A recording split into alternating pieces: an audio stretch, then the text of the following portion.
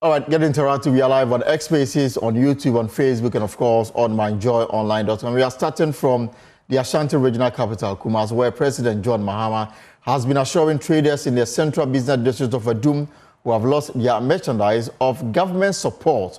Now, President Mahama visited the area following a fire outbreak that engulfed 2 buildings housing several shops in the enclave. The fire at the popular Blue Light Arena started around 6 a.m. today and spread rapidly, with firefighters struggling for hours to douse the flames.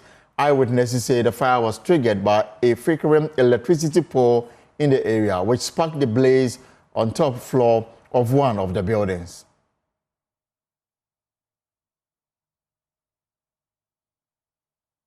And if it's a share, and no man say, and for stores are ashy na a idea, a yo how ye. And Nedika meda fire service for us. And modern boy amuye to me abre a jano anwase. Na ye anwa na yashe na a man see, and so adia bakwa fire for a catcher me say. Ombedru ye no say na ombetimi remu etimi akodum jano. And we adia bakwa a how muye. Now shall ye jump bebre sa netie.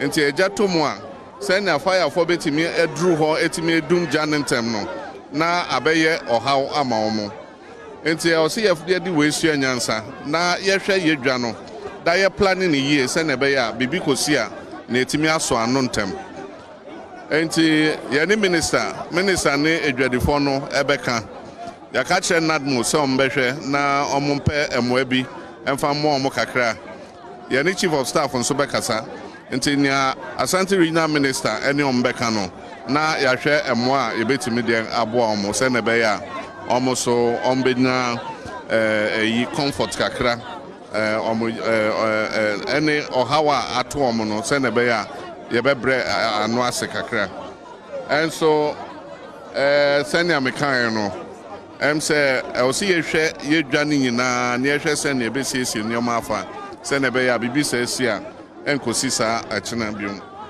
yejina hey ultimate to say explosion be cause wo ho ni na ye gas cylinder se wate ba ko ni na ye gas cylinder se explode ejom eni se ye use gas cylinder e wo jom eni se enu aduane wo jom o pese o didi a o se o ko abonte ko to aduane bra na onua wo fie na o de aduane no bra e ba jom. And so gas cooker ne sa nyoma ni na e ka ho e na sa nyoma esi. And so ne wo ho ne say mema omo a sa atorenchemi aka omo no mema omo ko say na aban so be hwe se ne be ya ye betimi aso omo mu kakra madam wase. All right, so Mr. President, all right, that's the President John Dramani Mahama. He spoke in Chi, and he has indicated that what has happened here is rather unfortunate, but his government, alongside NADMO, would be doing a lot to help the traders who have been affected. We are trying our best to speak to Dr. Frank Amwakohinim, but it is very difficult because he is joining the president who is moving out of the Ashanti region, and also NADMO officials who are here. We're finding it difficult to interact with them because they are all going to join the regional minister and the president. But John Dramani Mahama, the president of the republic, is here at Adum Blue Light, where fire engulfed several shops and blocks. The fire, we are being told that as at now is still not over.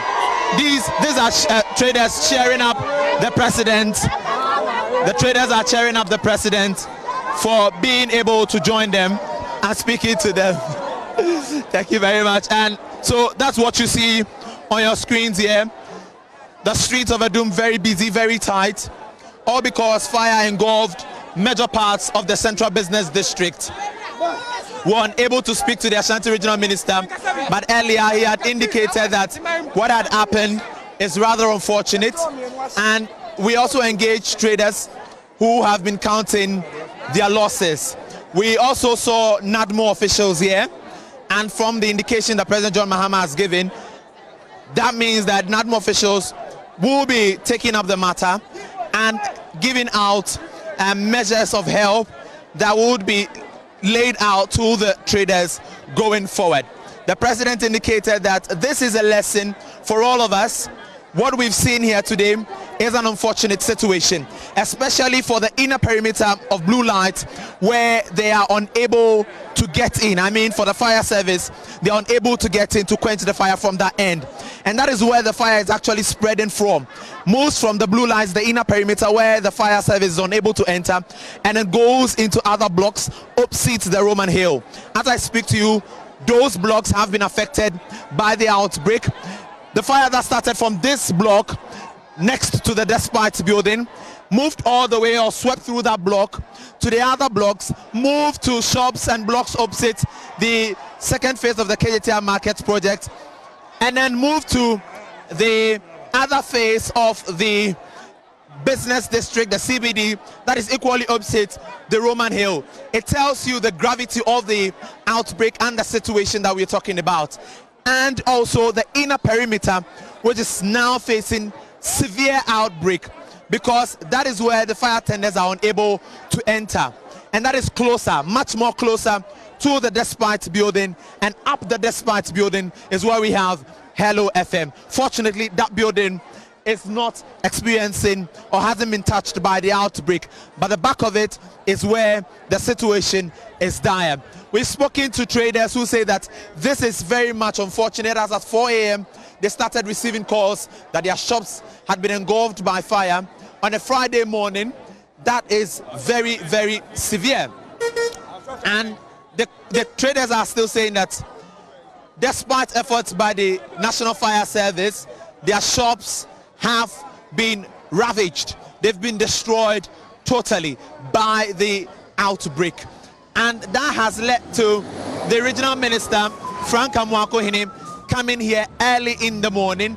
And now we had President John Mahama himself, alongside other government officials, driving to the CBD.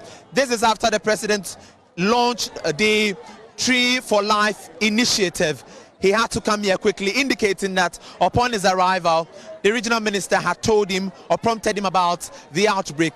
And considering the gravity of the situation, it was left upon him to come and see for himself and then lay out measures that could be put in place to avert a reoccurrence, and also to ascertain for himself what can be done to make sure that the traders who had been affected by the outbreak get something or get a support from government. That is what the president has touched on. But as I speak to you, the fire is still burning in there. The fire hasn't been quenched. It's still severe. And the fire tenders, 11 of them that we were told had come in, are still in here doing their best. Contractor, that is the contractor in charge of the phase 2 of the KJTR Market project, is also helping with water supply to the National Fire Service.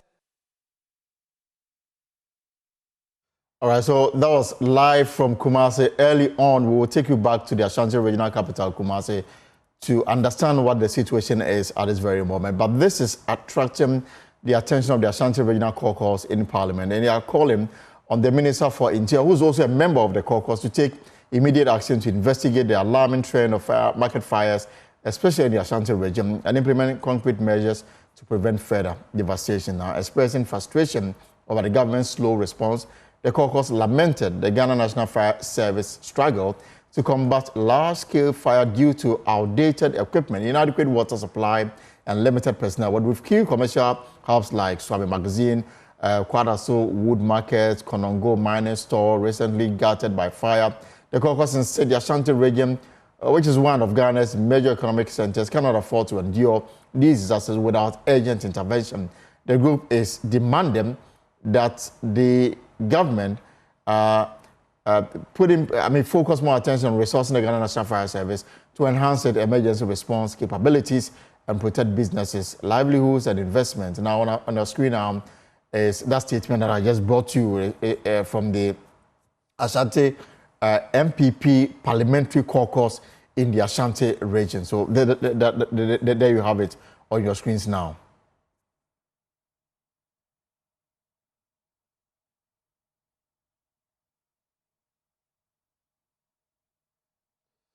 Right. So let me take you back to the Ashanti Regional Capital, Kumasi, scene of the fire outbreak this morning. Adum, that's the business district. Nana Boakye Adum has been monitoring this situation all morning, then he joins me for the very latest. So Nana, I mean, paint a picture of the situation in Adum for us. Well, Elton, just as you had indicated earlier, the fire started or happened at the Central Business District, Adum to be specific. It started from a building next to the Dispatch building. I know you know Kumasi very well. And on top of that building, that is where the fire started. And there were fire tenders who came in to make sure that they quenched the fire from the top of the building where the fire had started. But all the efforts that they had put in place did not yield results because their machine was unable to reach the last floor. I mean, that is where the fire had started. And so that led to a widespread of the fire that took place in the CBD. So it moved from the top floor, middle floor, to the last floor. So the entire floor for that particular block that was engulfed by fire. It did not just end there. It swept quickly and rapidly to the next building, opposite the TVET, where you get you see the boys sell their phones. Opposite that area, there's a top floor over there. They've also made sales of phones and other equipment. That place was also affected by the fire. The first floor, the second floor, and the last floor was also engulfed by the fire. Now, the other block that is opposite the Adum Fire roundabout, in fact, the second phase of the Kejitia market project, that block opposite there, where you see that traders ply their goods on the street, that place was also engulfed by the fire. This is because the inner perimeter of the CBD, that's the back of the Dispatch building, right, where you see that the traders sell the watches, that place where they call the blue light, that place where the traders sell the meats, the watches and other items, also got engulfed by the fire. And that is where the problem is. That area is very difficult to enter because the fire tenders were not able to stretch their machine to that particular end because the machine could not even find a way into that particular scene where the fire had ravaged hundreds of goods and hundreds of items. And so they had to stand on the streets of the Dispatch block or Dispatch building, in front of the Hello FM block. On that street, that's where the fire tenders were standing, and they were stretching their machine backwards. But because the machine cannot go backwards, they were finding it difficult to quench the fire in the inner perimeter, and that led to a widespread of the fire. And so even shops opposite Roman Hill, down there, I must say, when you are down Roman Hill, shops on the overhead were all engulfed by this particular outbreak, and indicating the severity of the issue on the ground. So as you speak, what is the situation? Is the fire under control? Well, they've been able to put some places under control. The building where the fire started from has been put under control. The Dispatch building has been well secured. But the inner perimeter where the traders make sale, what we call the blue light itself, is where the difficulty is right now because just as we spoke to the Deputy National Security Coordinator, he had indicated that it is difficult for the fire tender machines to enter. And so they have to bring in excavators to break down the walls that are all over the places. While the President John Dramani Mahama had arrived, these excavators had also moved in to make sure that they break down the walls. And so efforts are in to break down the walls and then get the fire tender machines to enter and quench the fire from that end. If that is done swiftly, then they will be able to quench the fire totally. As I speak to you, the newly appointed fire chief is in there with her team. They are also putting in measures to make sure that they are able to quench the fire swiftly. The traders have also been calling on government to not just equip with the fire service with these machines, but to provide a helicopter to make sure that when something of this sort happens, especially in an inner perimeter, they will be able to resolve it. Few issues here. We understand that some people got injured at the peak of this firefighting by the Ghana National Fire Service. Exactly. We are told that one person from the National Fire Service was injured. He was at the top floor trying to help the traders salvage their goods. But unfortunately, he fell down. We tried to get the details from the and other fire service operatives who were at the scene. They told us that he has been sent to the hospital, and they are going to make sure that everything that he needs is being provided, but no other personnel is affected whatsoever. So measures have been put in place to avert a reoccurrence on the part of the fire operatives who are in there to make sure that they quench the fire. And whilst the traders, the victims, were counting their losses, other people also decided to undertake a stealing spree. Give us an update on this. And that is what we call boys are also trying to find their way to eat, but then unlawfully, because this is the time where traders are counting their losses. And while the traders are crying and they are in tears, they are trying to salvage their goods, they are bringing their items from their shops, those items that were not burnt. We also had some individuals who took advantage of this. And one gentleman who I saw for myself had picked up a box of phones, a box of mobile phones, and he was carrying it on his head. If you see him out, you think that he is also a trader who's actually trying to save his items from getting burnt. But then, to my surprise, he was attacked by the real owner of the items, and then the other boys had to come in. They had to ambush him and then beat him. But the police were able to quickly get to his aid. They took him, arrested him. They kept him somewhere that he would not be able to be caught by the angry or aggrieved traders. And not just him, another individual was also caught trying to steal from these traders who were counting their losses. Rather unfortunate that while we have our mothers, our friends, and our colleagues counting their losses, we have these intolerant individuals trying to steal from them. But then gladly, we had the police coming swiftly to make an arrest. We'll leave it here for now. Thank you very much, Adum, giving us live update from the Ashanti Regional Capital, Kumasi, on the fire that engulfed some parts of the business district of Adum, resulting in the destruction of two properties. Now, remember, President Mahama is in Ashanti region for a different matter, but had to go and witness things for himself. And he made mention of the fact that NADMO will collaborate with the Regional Coordinating Council to bring some relief to victims of the fire incident, and was not happy that people are still cooking in the market. Explosions were heard, obviously, from gas cylinders left in the shops of some individuals. So is there a preliminary findings of this fire? Because the Ashanti Regional MPP caucus, they are unhappy with the fire situation in the Ashanti region. Let me bring in Divisional Officer Grade 2, Desmond Aka, Head of Public Relations for the Ghana National Fire Service. Mr. Aka, good to have you here on the pulse. Good afternoon. Good afternoon, and thanks for having me. Great. So it's past 3 p.m. Almost 10 hours since we reported this incident. So far, is the situation under control, or has been doused? Well, let me say a very good afternoon to your cherished viewers. I must say that we have fought tremendously well to be able to bring this fire under control. What it means is that the situation is out of danger. There's no cause for alarm now.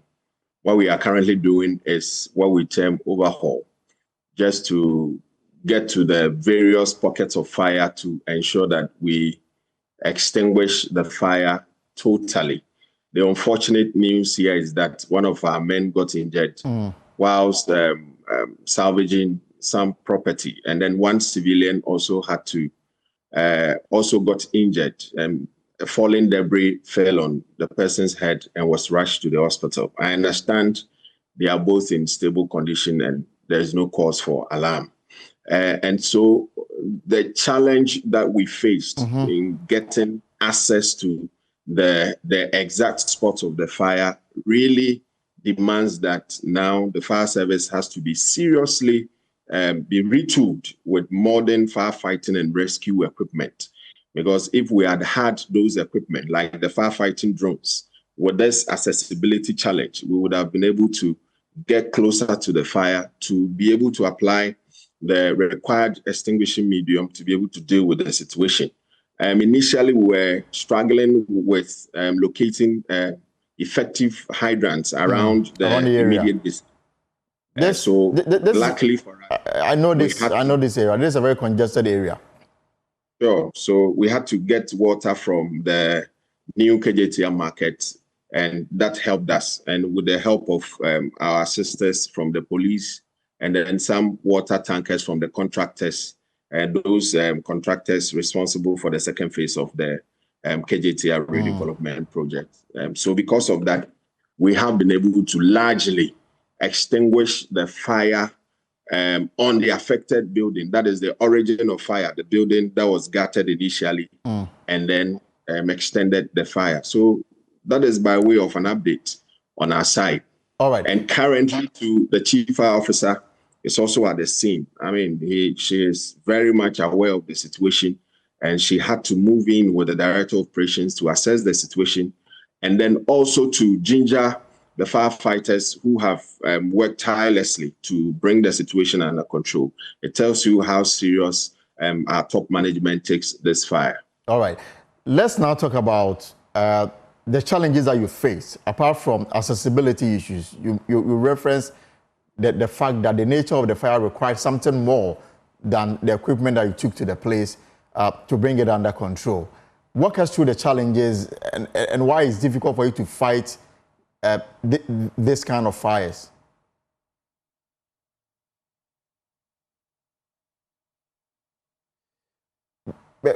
Hello, Ms. Aka, can you hear me? Yes, I can hear you. Yeah, so I asked, yes.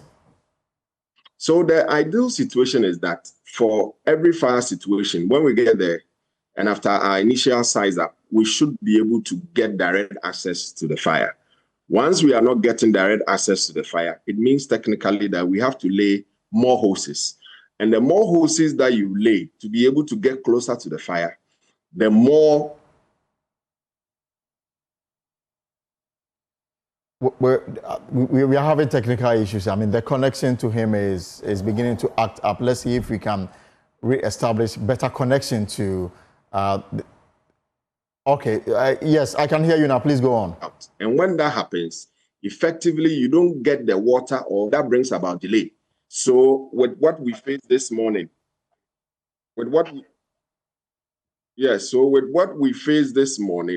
it means that with the wind direction and all the combustible nature of the stalls and the structures that were involved, it became very difficult for us to contain the fire. But be as it may, and we also trying to overcome situations like this. We're able to go around the fire the hard way. And it took us more than 5 hours to be able to bring this situation under control. I'm hoping that when the congestion, the space, the needed space is created within the next hour or two, we should successfully.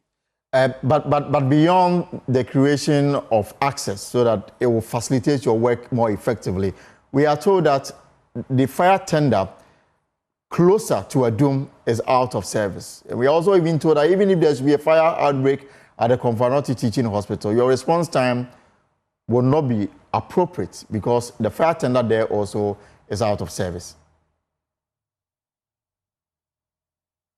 Yes, that is the reality. But, you know, for the past few years, we have drummed home to the fact that we are challenged. These engines are way beyond 15 years.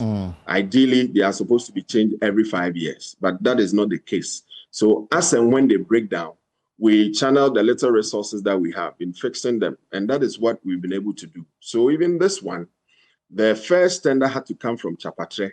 Instead of 25 minutes, we managed to use 10 minutes. This shows how committed we are. And therefore, when we are given the state-of-the-art equipment and fire engines, multi-purpose fire tenders, the drones, the air firefighters, and all that, we'll be able to do much more than what we are seeing. And I'm happy that the president himself has said that he is going to see to it that we are resourced as a matter of urgency, because this is also a security threat.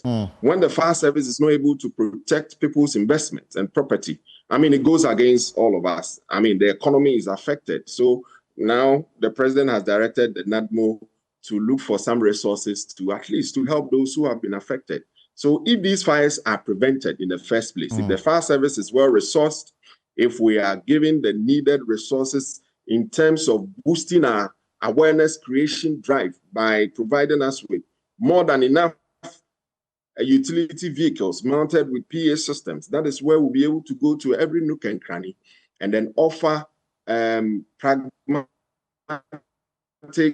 and then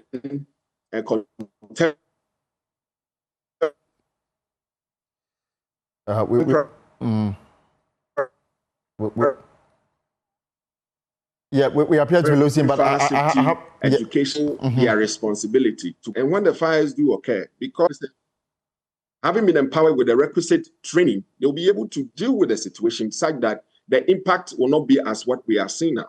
So it behoves on the state and every well-meaning Ghanaian to join in this conversation for the fire service to be retooled as quickly as possible for us to be able to deliver on our mandate. And your men, they've been on the ground since 6 a.m. What is your preliminary investigations telling you? Well, it is early days yet, even though there are speculations that the fire might have erupted as a result of a mishap in the electrical system in the affected four-level structure at Adum PZ. We cannot wholly depend on that. So currently, our investigative team, they are on the ground. As I've already indicated, the chief officer is also there. The motivation is there. The morale is there. They have been provided with some minimum resources to be able to keep them going, because to stand on your feet for more than 8 hours to fight such a hellish fire is no joke. And that is why people should see reason with us and then support us. We understand that when they got there, people wanted to assault them, forgetting and not knowing the fact that they were coming from another jurisdiction, which should have even taken them more time to even appear there. Right. So it behoves on all of us to also ensure that we advocate for the fire service to be resourced. Sometimes my disappointment with the service is that you don't tell us the outcome of your investigations. For example, not far from where this fire happened this morning, it's the KGTR market. There was a fire outbreak last year. Up until now, we don't even know what caused the fire and what remedial measures you recommended for implementation. President Mahama was unhappy that people are still cooking in the markets. Even whilst he was speaking, he heard of explosion, obviously coming from a gas cylinder or something of a sort. So in terms of telling us what happened and the ways to prevent this going forward, we don't get to read the outcome of some of your investigations most of the time.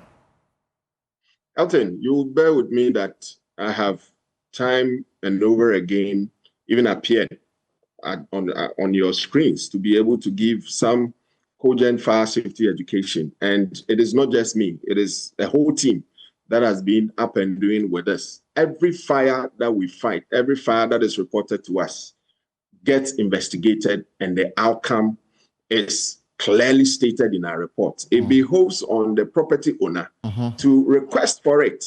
And then periodically, when we get to educate the general public, we put those courses out, just that we are not specific, but just that we tell the general public that these are the causes of fires, and therefore let us adhere to these safety messages that we are churning out. So if you want a copy of that report, the KGTR report, it is available. When you get to the market managers, you would get it, and therefore we'll know everything that pertains to it. But you see, to a larger extent, we should stop playing the ostrich and then allow state institutions to enforce their regulations. Many a times when we move in to enforce our regulation, you get people from all over telling us this is order from above, people pleading on behalf of others. So when we stop this attitude and allow the authorities to work and enforce our regulation, I mean, look at this highly congested place. If the place had not been so crowded, it would have afforded us to get to the fire scene to be able to deal with the situation. Now we've spent more than 8 hours dealing with this fire situation, which could have been dealt with within an hour or less. So why are we doing this to ourselves? So it is high time we all contributed our quota and ensured and supported our institutions to enforce the law. Where there are unauthorized structures, we should break them and ensure that they are not put up. Right. But you would realize that just after this fire, you would see that they are building, and you will have important personalities supporting them to build. What kind of country are we building? So, Elton, so some of the blames, you can put it on our doorsteps. What we are concerned in is that as a service, and has been led by our able Chief Officer Daniela Mausinto, we are ever committed to churn out contemporary, pragmatic fire safety education that would cause change in attitude now, in the attitude of our Ghanaian public, such that they will be able to kind of put in place adequate measures and then support us to be able to serve their interests. If the support doesn't come, if they tend to continue to assault us, they tend to vandalize our overage vehicles, I mean, what good are they doing to us? If you, the fourth estate of the realm, that is the media, also do not ask people in high authority government that when is the Ghana National Fire Service, the promises that you've made to them, when are they receiving the attendance? If you don't call them to order, I mean, when are we going to get them? So please, it also behoves on you to also play your role. Let us also play our role. Let's support each other and get the work done. I know that in the 2025 budget, there's a provision. There's commitment by government to reach to the vice president. We'll monitor to ensure that it is done. But before I let you go, do you have personnel in all the major markets as directed by the president after the recent fire outbreak here in Accra? Yes, we have more than enough.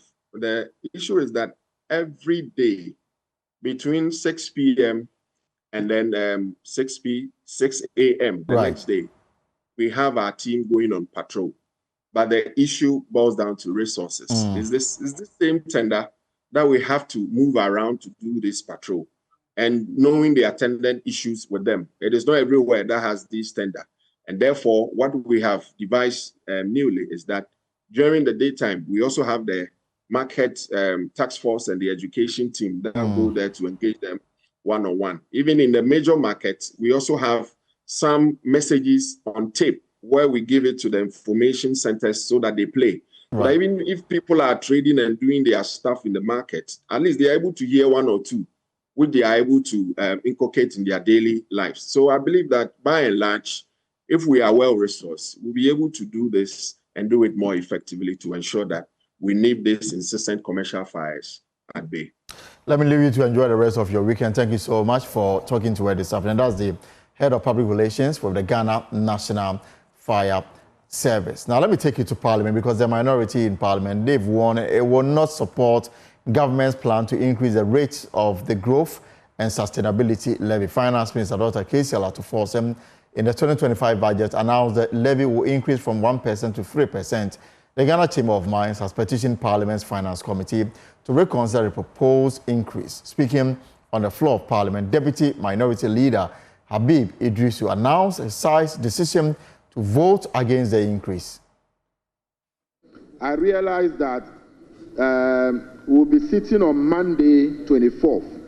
But what he failed to do is to, Deputy Leader, Standing Order 6, Decision Day. You need to make provisions for that.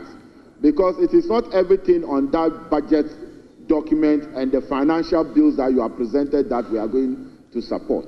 Some of them we are not in support of it, and we are not going to cooperate with you with regards to that. So there must be provisions for Decision Day.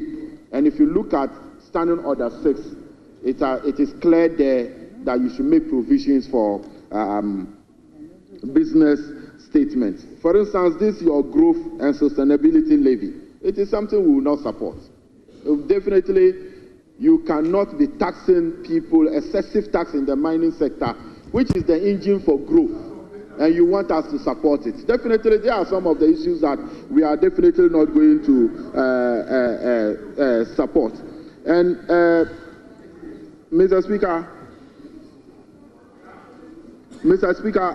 the first issue that I raised, I know that the Majority Chief Whip is giving legal support to the Deputy Majority Leader. But the most important thing is that if you cannot provide us the name of the banks, you said some, even though it's not captured, it is not necessary for the governor to come here to brief us.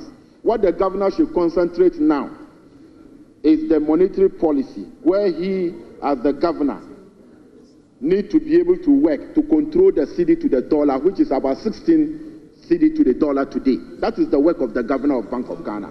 But not to come and brief us on settled matters that we have settled. So, Mr. Speaker, the deputy majority leader should be guided about that. Meanwhile, the minority is also demanding the full list of all banks and other financial institutions that will feature in the Bank of Ghana's governors' briefing to Parliament next Wednesday. Deputy Minority Leader again, Habib Idrisu, has also been warning that given a number of the collapsed institutions are challenging the revocation of the licenses in court, Parliament must hasten slowly. On page 2 of the business statement, the Deputy Majority Leader said, Committee of the Whole, the Governor of Bank of Ghana to brief the House on the circumstances leading to the collapse of the banks and financial institutions from 2013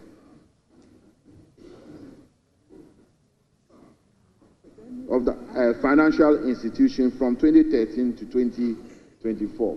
Mr. Speaker, I think the Deputy Leader needs to provide us at least the names of the banks. He said some banks. Because, Mr. Speaker, we are all aware that this House, Parliament, approved for the restructuring of the banks. Subsequently, there was a committee that was set up after a petition from Kobna before. And many of these banks have cases in court. And if we are not careful and we are to entertain such in this House, we will actually be interfering in some work that the courts are doing. And I don't think that this House at the moment, we should be entertaining the Governor of Bank of Ghana coming to brief us on matters, settled matters, that Parliament itself have reports on matters that are before the courts. That is why I'm saying that if he is saying that to brief the House on the circumstances leading to the collapse of the banks, in what you put in the business statement, there is nothing like some, unless my is different from what you have. Because you said the Governor of Bank of Ghana to brief the House on the circumstances leading to the collapse of the banks and other financial institutions from 2013 to 2024. So, Mr. Speaker, I think this part of the business statement is actually is completely unnecessary, and I don't think that we will need that, and it will be interfering in so many things. Mr. And we'll stay in Parliament a little longer because the governor of the central bank is set to appear before the House on Wednesday to provide a comprehensive briefing on the collapse of some banks. Those concerns is what you heard from the whip on the minority side. Also, an anticipated appearance by the Interior Minister on Tuesday meant to address the search warrant executed at the residence of a former governor of the Bank of Ghana has also been put on hold as Parliament prepares to grill the BOG governor. The shift in timeline for the Interior Minister's briefing raises fresh questions about the circumstances surrounding the search and the broader implications for the financial sector. Parliamentary correspondent Koko Asante joins me on via Zoom for a quick update on this matter. Koko, let's start with the briefing by the Interior Minister. Is it certain that it will be before the House on Tuesday? So first off, two things. When the Deputy Majority Leader, Hagan, was presenting the business statement for the ensuing week, he did indicate that there will be two briefings that will come by way of Committee of the Whole next week. One, the Bank of Ghana Governor, Dr. Johnson Esiama, providing an update on the specifics having to do with the revocation of licenses. And like you said, that is what we did here, Habib Idrisu raising concerns about. So that is one. But before that also, the expectation was that the Interior Minister will brief Parliament on the search conducted at the home of the former Bank of Ghana governor, Dr. Ernest Addison. So let's listen to Rekete Hagan first, and I'll give you the update in terms of the new scheduling that Mahama, the majority leader, has been providing. There will be a committee of the whole. The governor of the Bank of Ghana will come to brief the House on the circumstances leading to the collapse of the bank, of some banks and some financial institutions from 2013 to 2024. Mr. Speaker, to go back on a Tuesday, Mr. Speaker, the committee has also scheduled the Minister of Interior to come to the House and brief us on Tuesday, the 25th of March, 2025, on the circumstances leading to the raid of the residence of the former governor of the Bank of Ghana, Dr. Ernest Addison.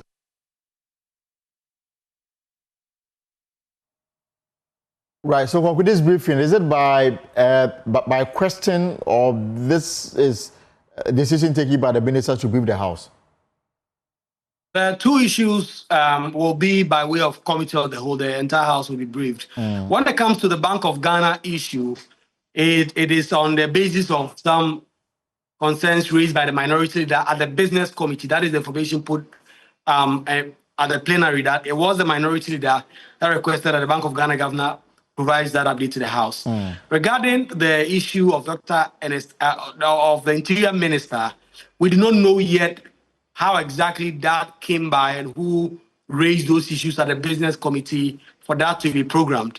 But even before that, there's been some change of schedule. You heard Rekete Hagan say that the minister will come on Tuesday, but the majority leader, Mahama Yaga, now says he has been speaking with the Interior Minister and he will not be available on Tuesday.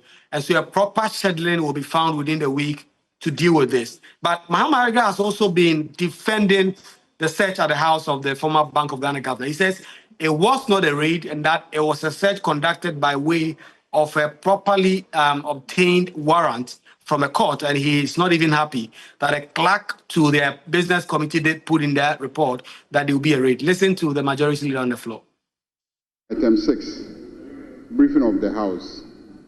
So, Speaker, I have reached out to the Minister for the Interior. He's unavailable on Tuesday to brief the House. So the Minister is unavailable on Tuesday to come and brief the House. And also that we cannot be bringing ministers to come and brief the House. The rules are clear. You want to ask the minister a question, you ask him a question, and he comes to answer. But you say you are bringing a minister to come and brief the House, under which standing orders are you bringing a minister to come and brief the House? The rules are clear on what is to be done, which is you ask the minister a question, he comes. If it's a statement a minister has to make, he comes and makes the statement. And also to correct the records, the committee clerk uses the word leading to the raid. Raid is not an appropriate expression of what happened. I think that law enforcement officers lawfully went there to conduct a search, and it is perfectly lawful. And so to use the word raid is clearly wrong. So I want that deleted from the records, that this House describes what happened as raid. You haven't even looked into it. You don't know the facts. You haven't been properly briefed, and you're already describing it as raid. So the clerk should be careful what expressions are used. So that should be deleted. But what else can you report from the House? Well, as we speak, the debate on the 2025 budget is still in earnest. About 20 MPs are expected to debate today. So far, about half of them have debated. It's ongoing. The expectation is that all other members will conclude their debate today. And then on Monday, when the House resumes, the leaders, led by both Mahama Yaga and Alexander Afenyo-Markin, will conclude the debate on the 2025 budget. Then from Tuesday, the various committees will be tasked to present their estimates of the various ministries, departments, and agencies, which will ultimately culminate in the appropriation budget on Friday next week. By this time, Parliament will be expecting to adjourn, sign down for Eid al-Fitr, I should say, and then the Easter break. All right, Kogu, thank you so much for coming through.